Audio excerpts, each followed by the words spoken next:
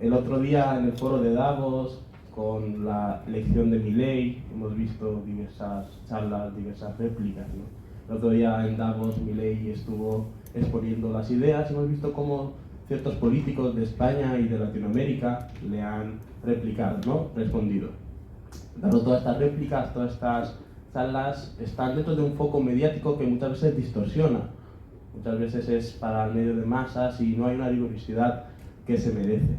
Por eso lo hemos querido traer a la universidad para quitar ese foco mediático, ¿no?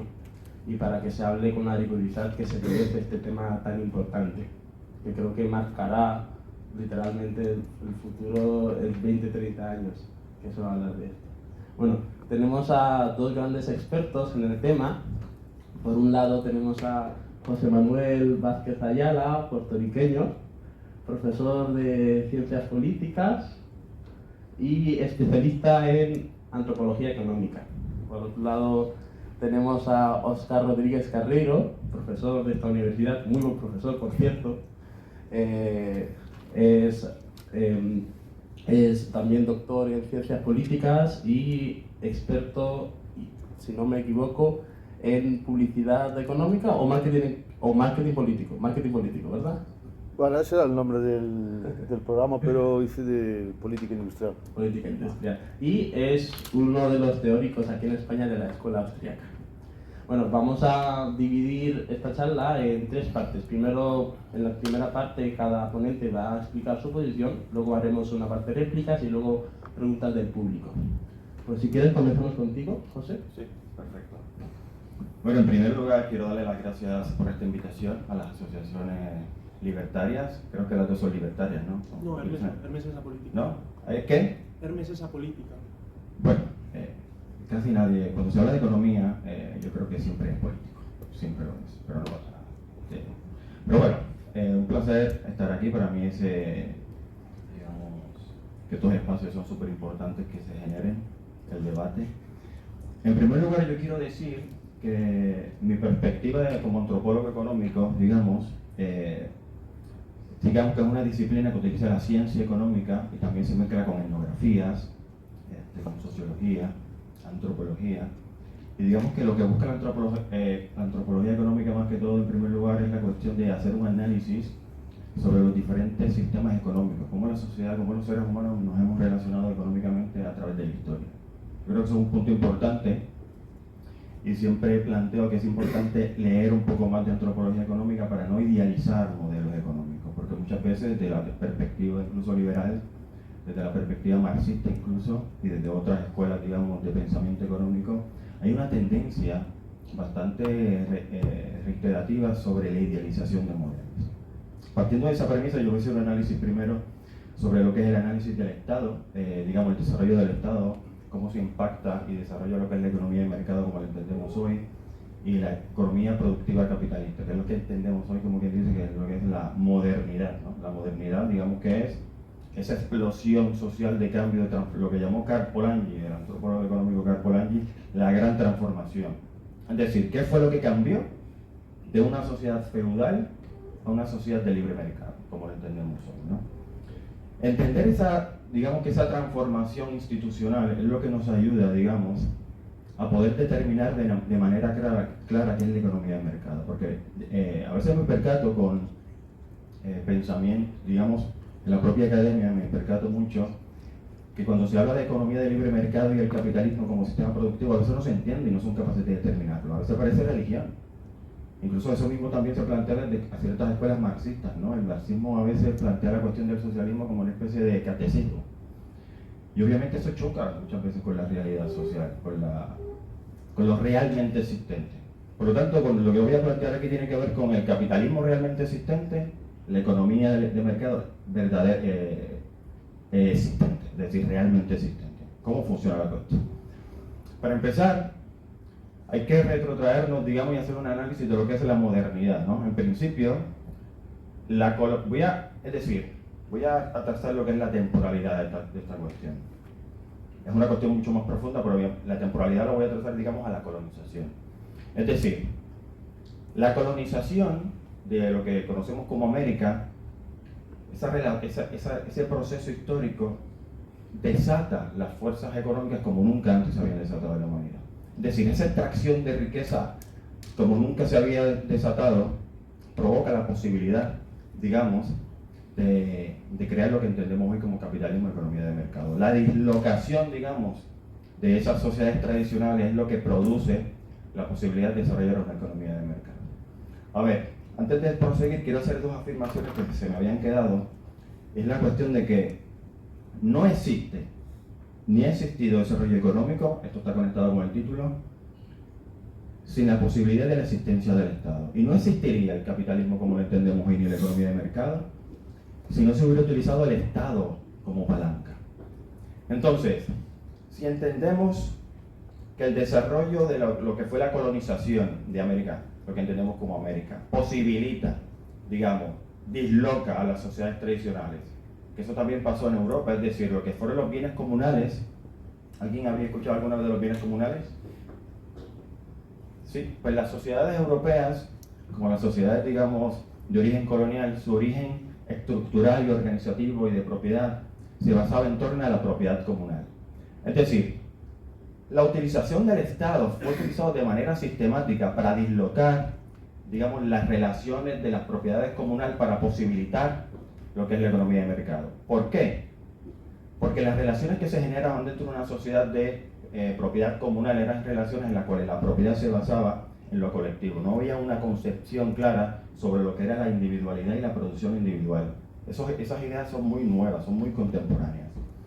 Con la destrucción de los bienes comunales, utilizando el Estado, es decir, la nobleza y los sectores y la propia burguesía, utilizando la palanca del Estado, destruye lo que es la propiedad comunal, que era digamos, un tipo de propiedad que sí era espontánea, a diferencia de muchas veces como se argumenta desde el liberalismo, que le encanta, ¿no?, el concepto de la espontaneidad, la eficacia, etc.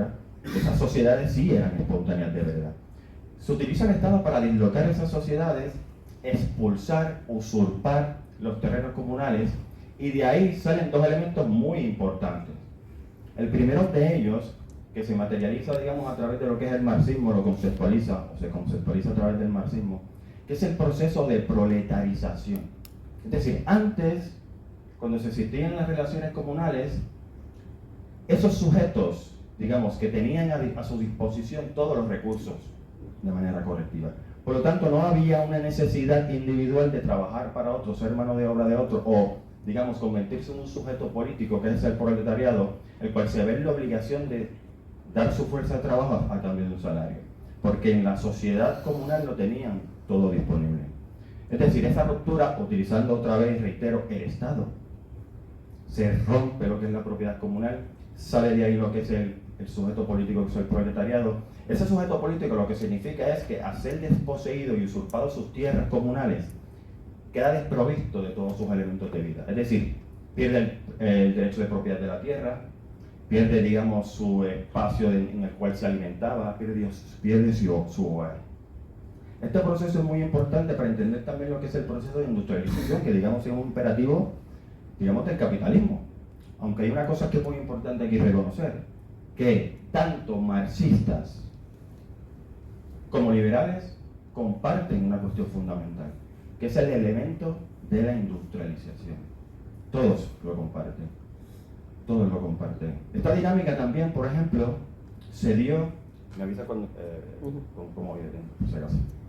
Esta dinámica no solamente, digamos, que fue ejecutada por los europeos en América, en lo que es América o Asia y África, sino que ya cuando nos adentramos en un modelo mucho más adelante, que es como el proyecto de la Unión Soviética, hacen exactamente lo mismo. La única diferencia con la Unión Soviética, con los capitalistas en Europa, era que el proyecto bolchevique, digamos, en vez de utilizar y destruir otras comunidades y colonizar otras comunidades como hizo Europa, lo que hizo fue destruir su propia propiedad comunal, que prácticamente es lo mismo que hizo los chinos también.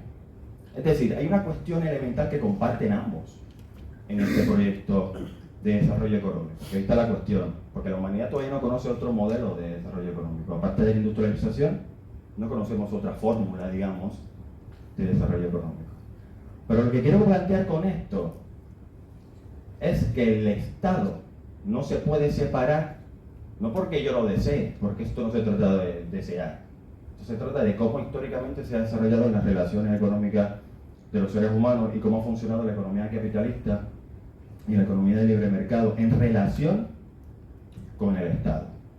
Por eso es muy, digamos que cuando se plantea desde el liberalismo que no es necesario el Estado, cuando uno hace una reflexión sobre lo que es la propia economía que los propios liberales defienden, pues intrínsecamente aparece el Estado. El Estado ha sido la palanca histórica para desarrollar el proletariado como clase, es decir, como sujeto que está sometido, digamos, al salario, ¿no? También ese ser humano pasa por un proceso de disciplinización, es decir, de entender lo que es el horario. Por ejemplo, en Inglaterra, en pleno proceso de industrialización, se da una dinámica muy interesante en la cual los trabajadores, en ese proceso para disciplinarse, digamos, en el tiempo de trabajo, porque eso no existía en la propiedad comunal.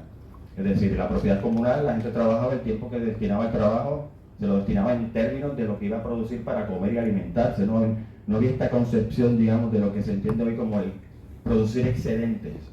Eso ya es un elemento, digamos, de la modernidad. Eso no es un elemento, digamos, de sociedades más tradicionales.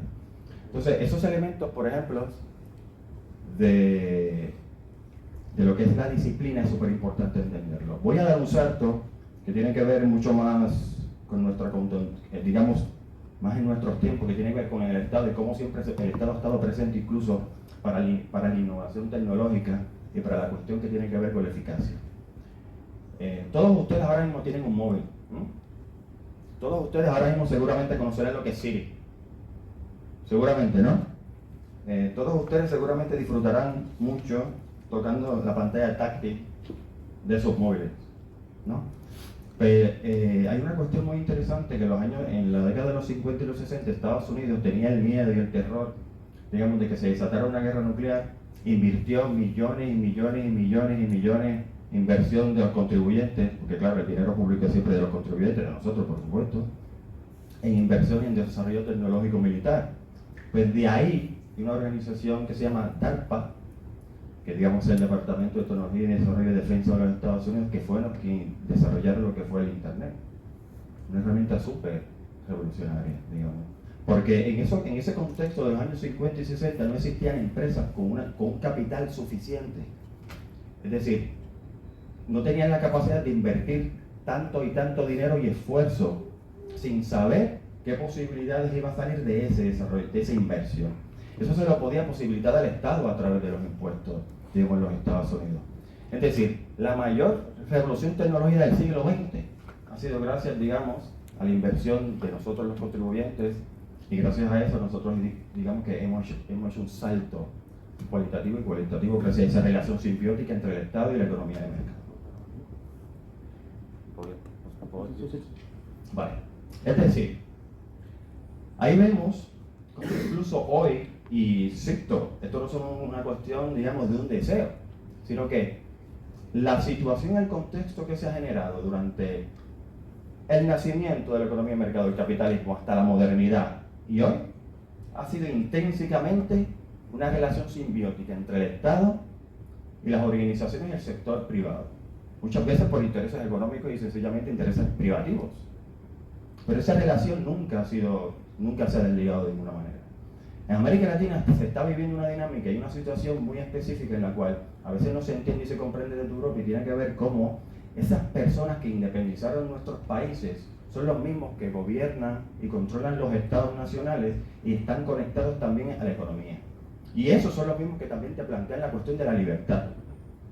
Entonces, vemos cómo siempre ha habido una conjugación y una relación, queramos o no la queramos, entre el Estado, las clases dominantes, y en Europa, que por suerte hay un estado de bienestar, que yo creo que es importantísimo, los niveles de igualdad en los niveles de los estados de bienestar, ha logrado, digamos, desarrollar una dinámica social distinta, que ha posibilitado incluso el desarrollo de teorías como la teoría liberal del pueblo azteca. Bueno, muchas gracias. Muchas gracias, José.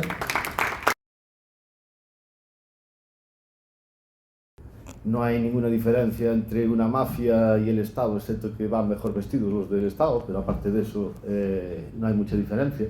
La principal diferencia es que las mismas acciones las realizan a una escala muchísimo mayor porque consiguieron la legitimidad del uso de la violencia y tienen más capacidad para utilizar recursos a gran escala, pero en realidad las mismas cosas que hace la mafia es las mismas cosas que hace el Estado. La mafia exige dinero de protección, el Estado hace lo mismo pero le llama impuestos.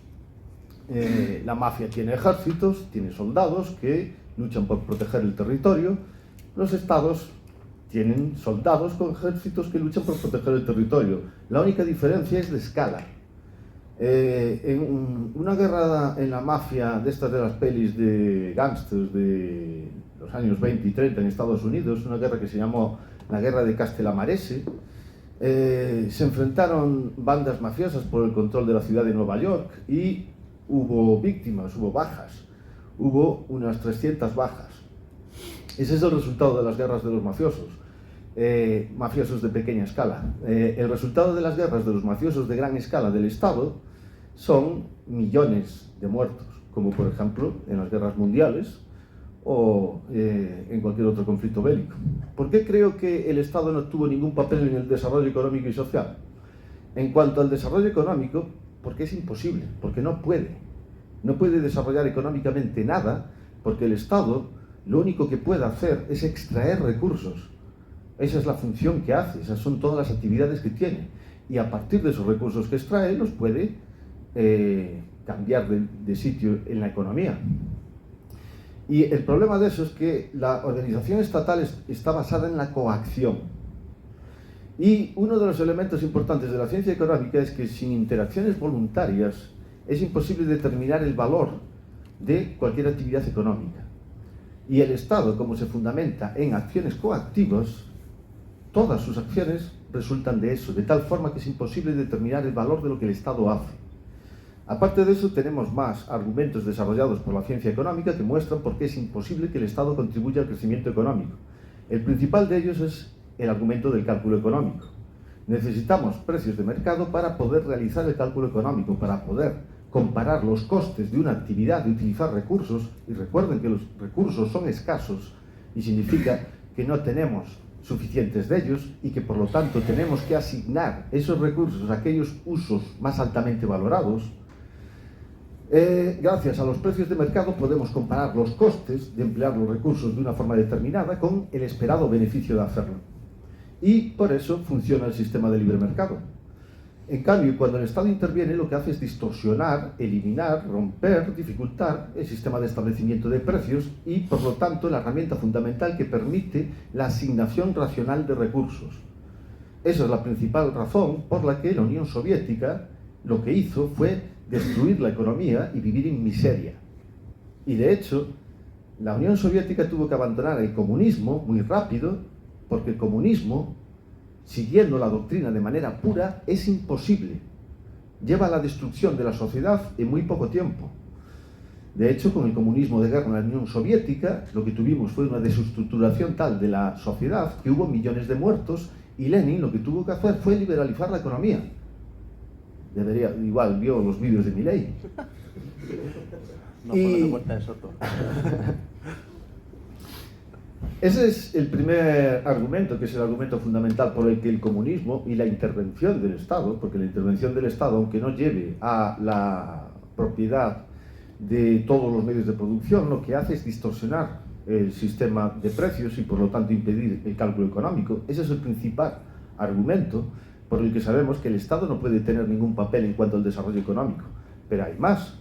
Hay, por ejemplo, el problema de la transmisión de información, de que una agencia centralizada, y eso es el Estado, básicamente, una agencia de poder centralizada que quiere gestionar la vida de los hombres como si los hombres fueran, como si fueran posibles de ser su comportamiento modificado, gestionado, calculado, como si fueran simplemente átomos sobre los que un científico puede realizar algún tipo de experimento. O por ponerlo de otra forma, que era como se expresaban los mercantilistas en los siglos XVI y XVII, la primera doctrina así estatista, como si la gente común, la que no está en el Estado, fueran ovejas.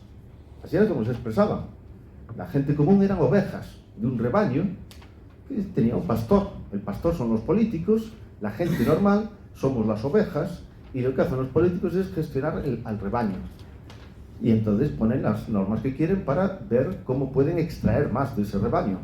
Eran, desde luego, bastante más honestos que la forma en cómo se defiende el estatismo en la actualidad. Y en ese intento de gestionarlo se produce a través de recopilación y gestión de información. Pero el problema con eso también es que de manera centralizada es imposible tener acceso a la información que es relevante para poder tomar decisiones, porque esa información en muchos casos es dependiente de circunstancias específicas, de tiempo y lugar, que cambian rápidamente, que es imposible de formalizar y que nunca están al acceso de una agencia centralizada. No sé en quién confiarían ustedes más para organizar su vida, pero si es cierto que el Estado lo puede hacer mejor, tendría que ser, no sé, el Ministerio de Cultura, el Ministerio de Organización Social, el que tendría que decirles cómo tienen ustedes que organizar su vida. No sé quién tiene más acceso a la información relevante para sus vidas, si ustedes mismos o algún funcionario que está en un ministerio por ahí dedicándose a sus cosas.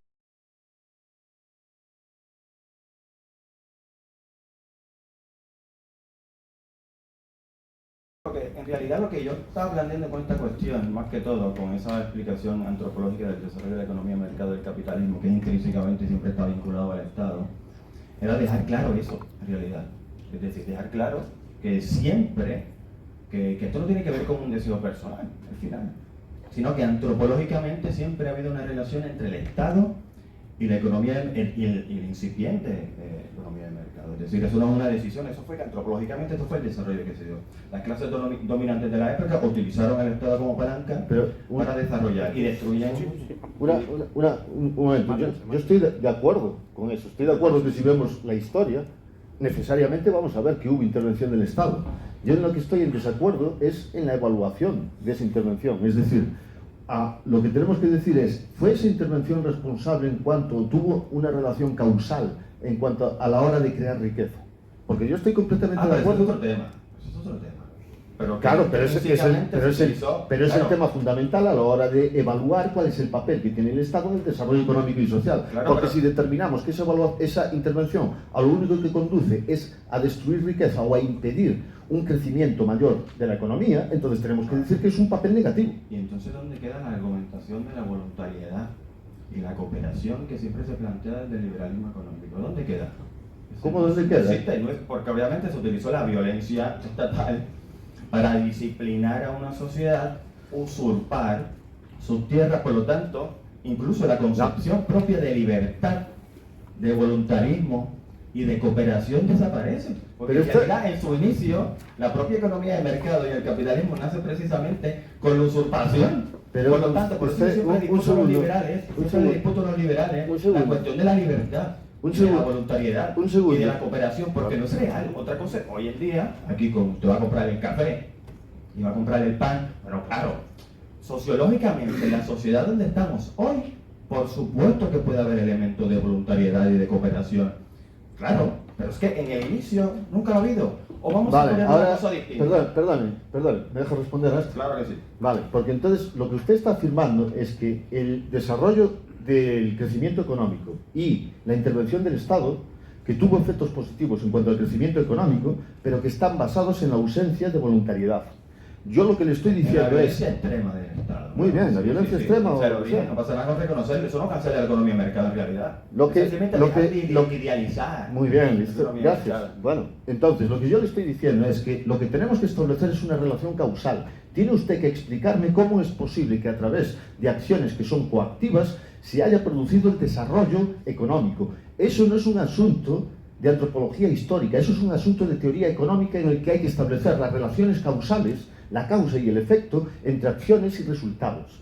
Yo estoy completamente de acuerdo con usted en que cuando vemos en la historia lo que vemos es la increíble violencia y las acciones completamente éticas, injustas del Estado, completamente de acuerdo. Y el capitalismo no tiene nada que ver con eso, no tiene ningún origen, entre otras cosas, porque no es cierto que el capitalismo apareciera cuando dice usted. El capitalismo apareció originalmente durante la Edad Media, en una época de fragmentación política en la que no había estados que tuvieran poder para hacer todas las cosas que usted dice. Todos los elementos que son característicos del capitalismo ya existían en las ciudades italianas del siglo XII. Las 4 Y- grandes italianas. Sí, conozco también el tema. Es más, utilizaban el Estado, digamos, incluso el cálculo económico, que habló usted, ya se utilizaban en las 4 grandes, que era Venecia, Milán, Florencia y las eran 4. Se utilizaban precisamente las instituciones estatales, es decir, un protoestado, como lo entendemos hoy, porque no era un Estado moderno, no era un Estado beberiano. La cuestión es que ese proceso histórico de destrucción, de coacción, de usurpación masiva Del tierra, Estado, no del capitalismo. Claro, porque el Estado no es una herramienta, no es una cosa abstracta, no es, digamos, un No, espíritu. son seres humanos, gentes organizados en bandas son para seres extraer humanos, recursos. Sí, son seres humanos. Obviamente hay que diferenciar lo que es ese Estado, el protoestado, de lo que entendemos hoy que es un Estado moderno, porque claro, no es lo mismo el Estado moderno que tiene capacidad de, digamos, de construir carreteras. Es decir, vamos a ponernos en una posición mucho más fácil. Haití. Haití es un país sin Estado. Literalmente Falso. sin Estado.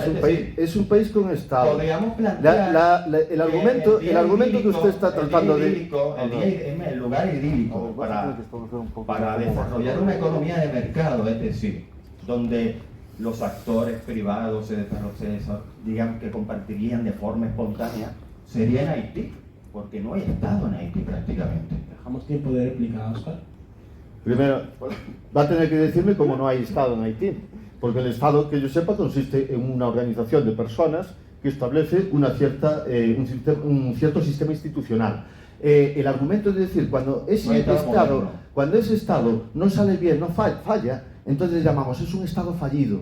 Entonces eso ya significa que es un argumento circular que implica la asunción de que el Estado siempre funciona bien. Y eso lo que hace es hacerlo invulnerable a cualquier tipo de crítica racional. Es decir, allí donde veamos cosas malas, es que allí no hay Estado. Allí donde veamos que hay cosas buenas, eso es por el Estado. En Haití hay Estado. No hay diferencia en realidad entre Estado moderno. El Estado moderno, en mi opinión, es simplemente una redundancia. El Estado es moderno. El Estado tiene que tener lo del monopolio del ejercicio de la violencia. Otra cosa es hablar de organizaciones políticas o de comunidades políticas. Comunidades políticas existían antes. Estado empieza a existir, y se podría decir, en mi opinión, a partir de 1648. Eso es lo que es un Estado. Y Haití es un Estado en ese sentido. Que lo haga mal, en realidad simplemente lo hace peor que lo que hace el de España o el de Estados Unidos. A ver, eso no funciona de esta manera. A ver, hay una cosa que se llama geopolítica. Y la geopolítica muchas veces determina, es decir, cuando nosotros hacemos, la reflexión que yo estaba haciendo al principio sobre lo que es el desarrollo de la economía de mercado, el capitalismo y el Estado, precisamente lo que hace es ubicar a los países colonizadores por encima de los países colonizados. Porque los países colonizadores lo que hicieron fue, digamos, absorber a través de la esclavitud, porque hay que recordar que parte de la riqueza que se crea al principio en el capitalismo embrionario era precisamente extracción, digamos, riqueza a través de la usurpación, la explotación y la esclavitud. Ese es el origen, digamos, de esa masa gigantesca de capital para poder invertir, ¿no? Es decir, esto articuló también lo que es lo que entendemos hoy como países subdesarrollados, ¿no? Esos países no pudieron, digamos, que absorber todos los elementos de lo que es la economía de libre mercado y no pudieron desarrollar un Estado moderno. Porque un Estado moderno no es un Estado del siglo XV. Es que las características cambian un montón. No tiene nada que ver el Estado moderno legítimo, que tiene, digamos, la legitimidad de la violencia, una constitución, por ejemplo, que digo, es un principio liberal, una constitución. Y que es capaz de articular, controlar su territorio y desarrollar carreteras, hospitales, etc. Haití no tiene esa capacidad. Por lo tanto, sí es un Estado fallido y no es un Estado moderno en el término weberiano, porque fuera del Estado hay mafia, por lo tanto no es un Estado moderno. Primero, la idea de que el capitalismo, y especialmente el capitalismo en Europa, que se desarrolló gracias al colonialismo, es una tesis bastante vieja ya. La defendían autores como Wallerstein o Ander Gunder Frank. Es la tesis que justificó la teoría del estructuralismo, la teoría de la dependencia, y es radicalmente falsa. Entre otras cosas, podemos ver que la población europea, especialmente en España, no sacó mucho beneficio de la conquista de las Américas, porque el principal efecto que hubo fue un efecto negativo provocado por el incremento de la masa monetaria por traer los metales preciosos desde América, que es lo que los historiadores llaman la revolución de los precios. Fue el incremento continuo, secular de los precios en España, que se extendió después al resto de Europa, por el efecto del colonialismo. El imperialismo es bueno siempre solo para un grupo pequeño de gente, para aquellos que tienen el poder, que mandan, y para aquellos que están aliados con los demás, con esa gente que tiene el poder. Eso es lo que decían siempre los antiimperialistas, como por ejemplo en Gran Bretaña, la Escuela de Manchester, Spencer o muchos otros autores. El imperialismo beneficia a un grupo pequeño y no consigue desarrollar crecimiento económico. Lo único que hace es trasladar recursos desde una parte a otra. Eso se llama capitalismo realmente existente. Esa es la realidad, es decir, el capitalismo realmente existente es eso que usted acaba de describir, y no de la idealización que muchas veces se hace de lo que es la economía de mercado, ¿no? Capitalismo y ahorro, ¿no? Conceptos un poco huecos, que suenan bonitos, porque claro, todos queremos ahorrar, pero también tienes que tener capacidad de ahorro, ¿no? Quiero comentar una cuestión que tiene que ver con lo de Rusia. A ver, ¿alguien sabe lo que era Rusia antes de la Unión Soviética? Que pareciera que Rusia eso era una maravilla, una potencia económica. Estamos hablando de un país semifeudal antes de 1917. Y un país que ojo, que yo en realidad no soy ni siquiera crítico de la Unión Soviética, que diga fanático de la Unión Soviética, pero hay que reconocer, por ejemplo, la capacidad, sí, seguro. Lo que pasa es que hay que hacer un análisis en la realidad sobre la cuestión. ¿Cómo uno puede decir que creó pobreza y ese país tuvo la capacidad de disputarse con el país más poderoso del mundo la hegemonía?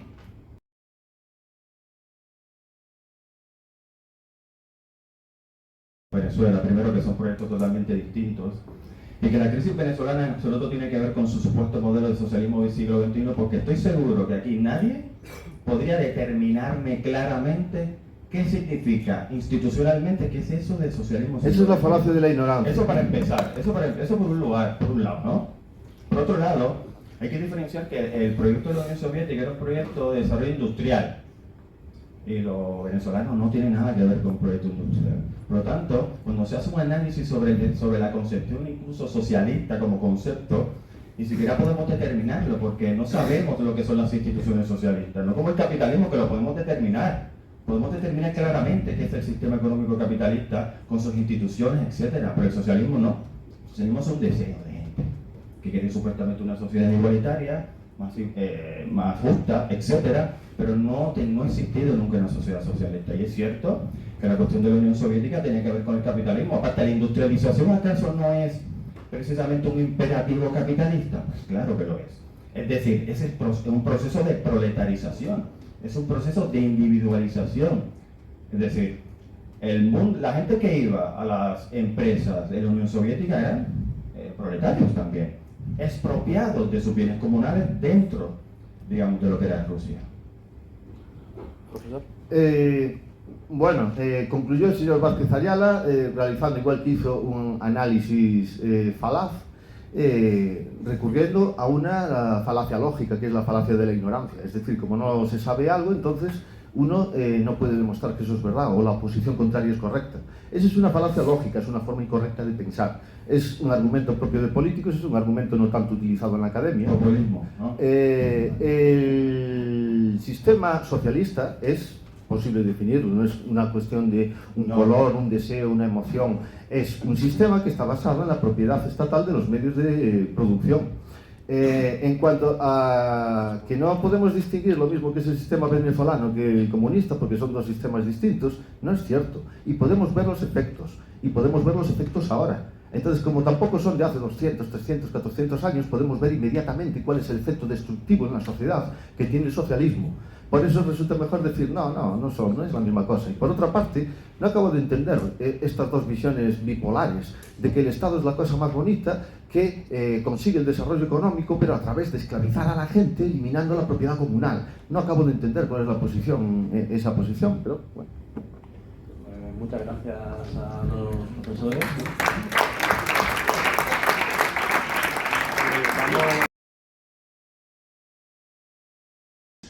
Son las leyes y las leyes de propiedad privada las que establecen quién tiene el legítimo uso de un recurso, es decir, quién es la persona que de manera legítima tiene la capacidad para utilizar un recurso como quiera. Y esas leyes tienen que estar establecidas en la sociedad. Luego, en cuanto a quién va a defenderlo en términos prácticos, hay muchas posibilidades que no son abstractas o simplemente de pensar, sino que existieron históricamente. Primero, existe la posibilidad de la defensa personal, es decir, de tener armas y utilizarlas para defender la propiedad privada. Existe también la posibilidad de agrupaciones comunales y sociales, como por ejemplo milicias. En cuanto a invasiones, por ejemplo, de hecho podemos pensar que la propia independencia de los Estados Unidos tuvo lugar a partir de un proceso de este tipo. Estados Unidos se independizó sin tener Estado, de hecho luchando contra un Estado opresor, y partió a partir de la organización de milicias comunales. También podría haber agencias privadas de seguridad y podría haber una multitud de sistemas que estarían basados igual en los mismos principios establecidos por la institución, que es la de las leyes. Mi opinión depende fundamentalmente de una serie de valores compartidos, y son esos valores compartidos los que establecen que esa cohesión exista. Y es también por esa razón por la que creo que el Estado es fundamentalmente destructivo, porque es el primero que destruye y atomiza la sociedad, que es lo que explica precisamente Alexis de Tocqueville en el libro que mencionaban antes, en El antiguo régimen y la revolución. Es lo mismo que decía el sociólogo Robert Nisbet. El Estado lo que hace es destruir las instituciones intermedias para atomizar a los individuos, para que se encuentren solos frente al Estado, y de esa forma tener la capacidad de poder, porque no puede haber organizaciones que se opongan frente a ello. Por eso lo que hace es adoptar las funciones de esas instituciones intermedias, como por ejemplo adopta las funciones de la familia, educando a los hijos, manteniendo a los hijos. ¿Para qué? Para destruir la familia, porque la familia es un límite a su poder. Entonces la cohesión social, en mi opinión, se mantiene a través del mantenimiento de los valores, y ese mantenimiento de los valores se produce mucho más cuando hay verdaderas comunidades que no cuando hay una institución política que infringe sobre eso. Bueno, gracias, Óscar. Cuando se habla de atomización social, está comprobado que sociológicamente lo que atomiza la sociedad son las relaciones de mercado, son las que nos individualizan, precisamente, no el Estado. El Estado.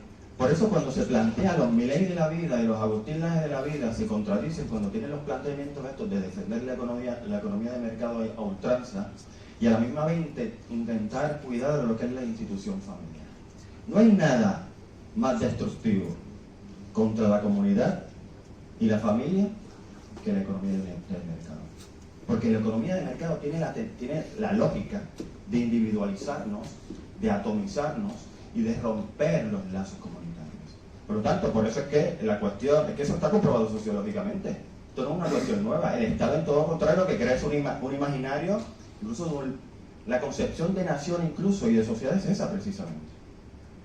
Que se intente, digamos, de algunos políticos someter a la sociedad a la voluntad de los políticos, pues bueno, eso puede pasar. Pero es la economía de mercado la que nos atomiza, ¿vale?